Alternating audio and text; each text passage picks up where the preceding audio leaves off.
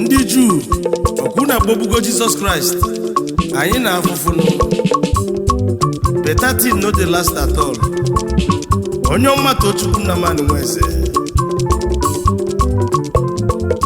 ndị Juu wee gbagbuo Jesus Christ anyị na-afụfụ ejide Nnamdi Kanu ụmụ Igbo na-afụfụ koko owija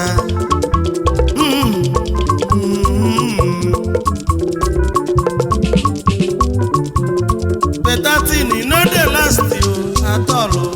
Onye na-enwere ife omelu ndị ụwa gasịrị ike ogbu onye na-enu obe omelu unu gịnị better thing no dey last at all. Onyeoma Tochukwu onye amaghị nze na-ekwu okwu better thing no dey last at all n'ụwa. Jesus Christ gwara ụmụazụ ya nọ na-abịa. Jesus Christ gwara ụmụazụ ya nọ na-abịa. Nnamdi Kanu gwara ụmụ Chukwu nọ na-abịa. Nnamdi Kanu gwara ụmụ Chukwu nọ na-abịa. Ọ na-abịa nọ na-abịa. Ụgbọ ebula mala bụla egwu m ewu ije. Onye asịrị ike gbuo gịnị ka o mere? Onye unu na-egbuo n'elu ụgbọ gịnị ka o mere unu? Ogbu onye na-enu obe gwa m ife o mere unu. Ka egbu onye na-enu ụwa o mere unu gịnị onye na-enwere ife o mere unu kunu si ka egbuo Nnamdi Kanu o mere unu gịnị o na-enu ụwa. Ndị Juu wee kpọkpọ Jizọs anyị na-afụfụ ejide Nnamdi Kanu anyị na-afụfụ ma onye nwe anyị nọ n'isi ụgbọ na-egbu adatụ anyị ebini mmiri tụsi jezuru ike o na-enu ụwa. Mana onye ji mmadụ narị onye jikwa n'onwe enu.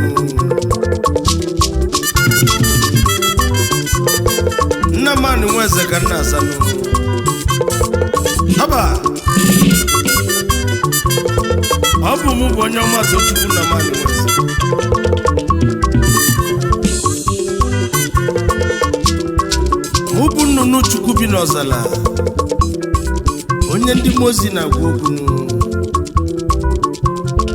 Ọ dị Igbo ọ bụrụ fake, ọ dị Igbo anọ counterfeit.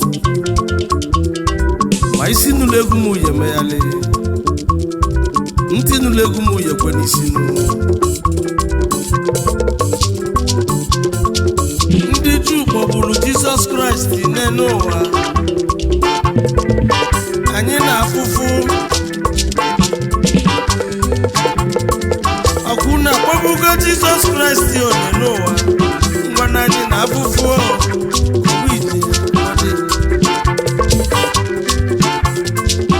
ndị ajọ obi delu Nnamdi Kanu anyị na-afụfụ Igbo na-afụfụ koko owije abịa jideze Nnamdi Kanu anyị na-afụfụ